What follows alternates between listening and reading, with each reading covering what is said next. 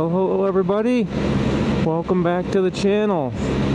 Today we're out for a very chilly ride. As you can see, your eyes are not deceiving you, that is snow.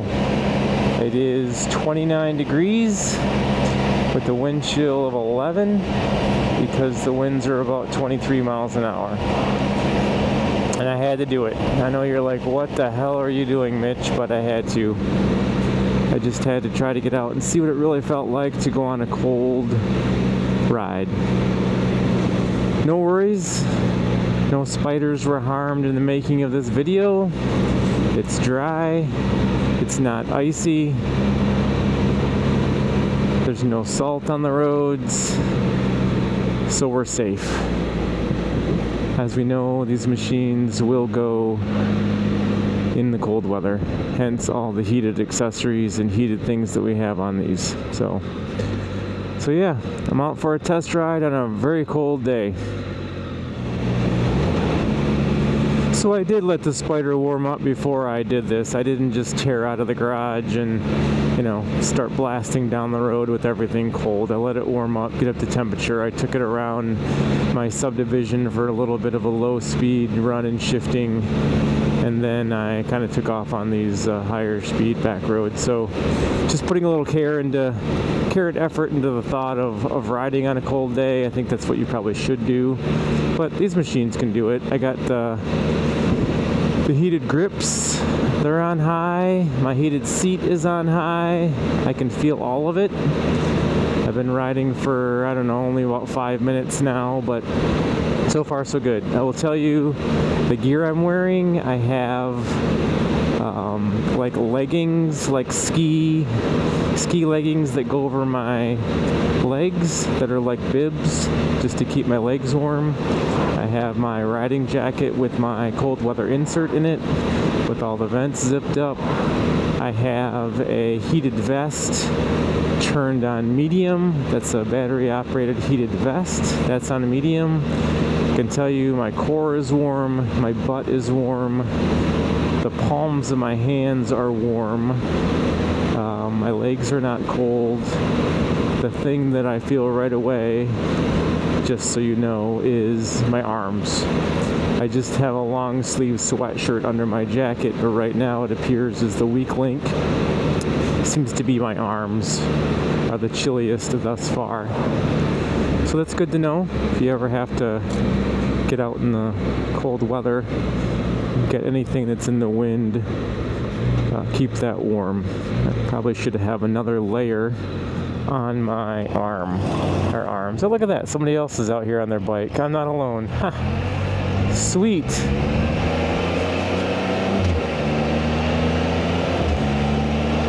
I do not have winter gloves.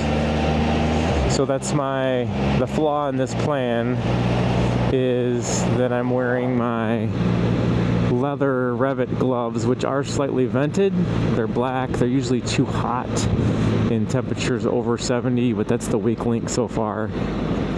Is my fingers on the top side are cold, but the palm is warm because of the heated grip. So I would need a little bit better glove and finger protection, I think. You don't want to sweat and then get cold, but I think it's the wind hitting the top surface of my hands right now that's going to be the weak link.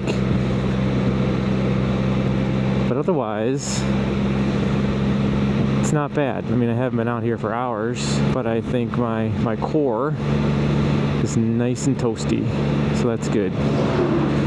Just curious what it would feel like. Machine seems happy. It's a little, I wouldn't say herky-jerky, but it knows it's cold. Shifts are crisp, everything else seems to be doing fine.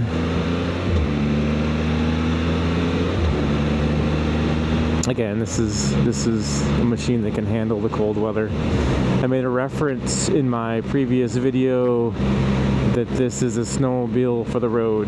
That's what I call it. And I had one person comment that he hates when people refer to this as a snowmobile for the street, but in loose terms, that's what I feel. I mean, it's not meant to be taken literally, but this is how you would ride a snowmobile. I mean, I'm dressed as if I were in the woods riding, I mean, I wouldn't have this motorcycle jacket. I would have a warm weather ski snowmobile jacket, but it's kind of all the same. I'm blasting down this road at 52 miles an hour. I'd be blasting down a trail at 50 miles an hour, and there would just be some snow. So, not thinking it's much different. Although people probably think I'm crazy when they see me out today, but just ran over something back there. I felt a thud. I don't know what that was. Now I'm going to be concerned. So yeah, get out on your Spyder in the cold. You just got to dress for it. Again, this is just me trying this out. I don't have to be out here doing this. This is not a state of emergency. I have cars I could be driving, but I was just curious to see what it's like and how it would feel, and it does not feel that bad. In lieu of my fingers being a little cold. Now I don't have my pin lock. I think it's called a pin lock, right? The visor on your helmet that's kind of got the double thickness, I think, and the point is that it's got the air gap in it, and it keeps your the visor from fogging up. So I have a little visor fogging going on while I'm talking and breathing, but that's my own fault. I did not switch that out. This is not going to be a long-term thing. Warm weather awaits. That's my hint for you guys. Warm weather awaits, so stay tuned. I think I need to turn down the heated butt. This thing really works. Back on my channel a while ago, I did sort of a heat test with a temperature gun on the grips and the seat, so I know what the temps are. Well over well over 100 degrees for the heated seat and the heated grip. So if you want to know officially, go back and check that out. I do kind of map out the temperature of all the heated stuff. Let's just take a little relaxing ride around the lake. Well, I will say too, I have one of those like neck gaiters on too, just to keep the air off of my sort of chin and neck. Something I normally wouldn't wear, but I thought, you know what, that came right out of the snowmobile gear pile, so I should gear up and wear it. So yeah, nobody on the lake today. Not at all. We only got like, I think 2 inches of snow this weekend. It really didn't stick to the roads. It just kind of looked rainy on the roads, and you can see it's kind of melting off the lawns. I still have to do the final run of leaf cleanup. This is a little unusual, but not out of the ordinary that we would get snow before a lot of people are done with their fall leaf cleanup. So I got one more round around my yard with my tractor with a device that sucks them all up and grinds them up. So one more time through the leaves and that will be done. Hopefully the wind's not coming through the helmet too much and getting on the microphone. This is always a nice little road to take around the lake.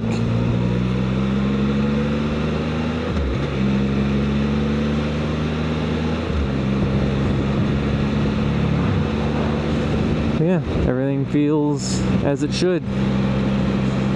No issues.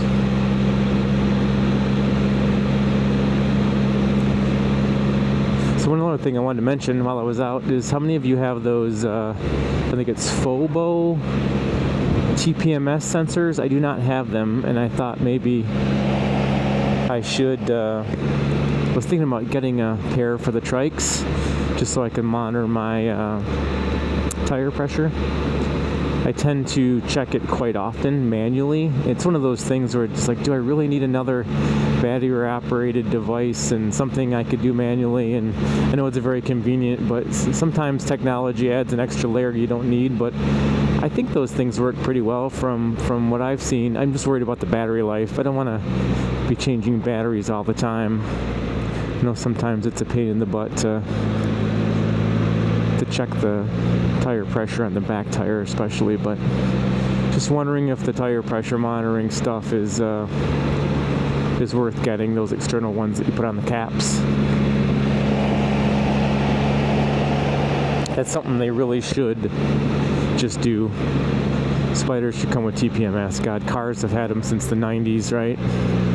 It was one of my first big assignments at the car company I work for, where the TPMS systems came out.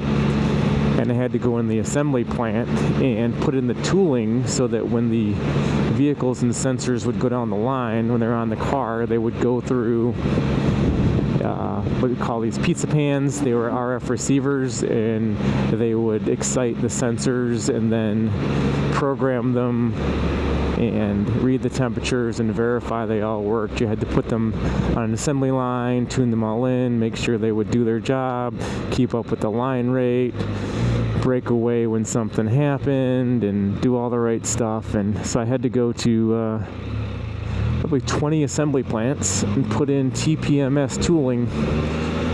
So there you go, tidbit from a retired guy from the automotive industry. But yeah, I think Spyders should have built-in TPMS. I think that's something the industry, they should just do. I don't think we should have to buy aftermarket TPMS. I think it's just something that's cheap enough and should be in the upcoming new Spyder. Mitch's thoughts on TPMS. There you go. You heard it here first.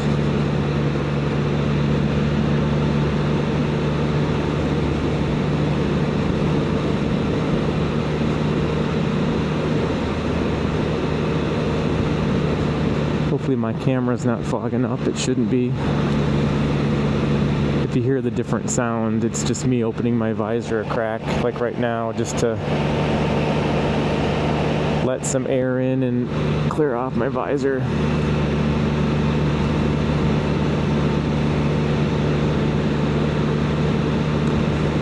But other than that, it's a beautiful Monday afternoon. At least the sun's out. It's supposed to be 50 later this week. This was just a cold front that came in. This is not permanent by any means. But I thought it was a perfect day to try it out. I didn't want to try this with actual snow on the roads or ice or salt. So this is pretty much, I think, the best condition to try out cold weather riding while it's dry. And there's no other things to impede the progress of riding today. And I will say it's been, I don't know, 3, 4, 5 rides since I had my air suspension compressor replaced, and no faults. I still have to do the measurement. I still got to do the in the garage measurement when it's off versus on. I didn't get much feedback in my video about that. Maybe people didn't watch it long enough, but I wanted to see if the suspension loses height or air when I'm not driving it in my garage.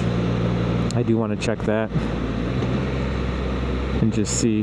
There's a debate. People say it will lose air but pump itself back up. Some people say there's never loses air when it sits. I don't know what the right answer is, so being the engineer that I am, I'll just take it upon myself to do a little experiment. Whether it's accurate or not, I don't know, but that's what I'm going to try.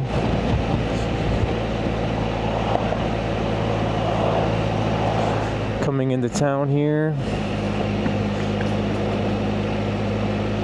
Town of South Lyon. Looks like they still haven't scooped up their leaves yet either. I think when you're in the city, you just get to rake them out to the curb and they come by with a giant truck and suck it all up. I'm a little bit in the burbs and we can't do that, so I gotta dispose of all the leaves myself, and I have quite a few trees. It's always a fall chore.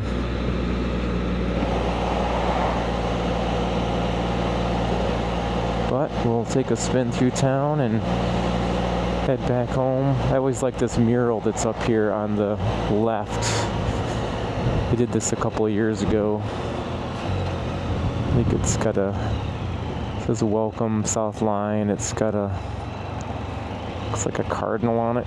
It's pretty cool. Oh, there's a bat. I never noticed the bat. If it wasn't afternoon, I should have done this this morning, and I could have went to the donut shop. Good donut shop here in town. Could have got myself a donut and a hot chocolate. I know these people are looking at me like, what the hell are you doing out here? But like anything, if you're dressed for it, no problem. Make it happen.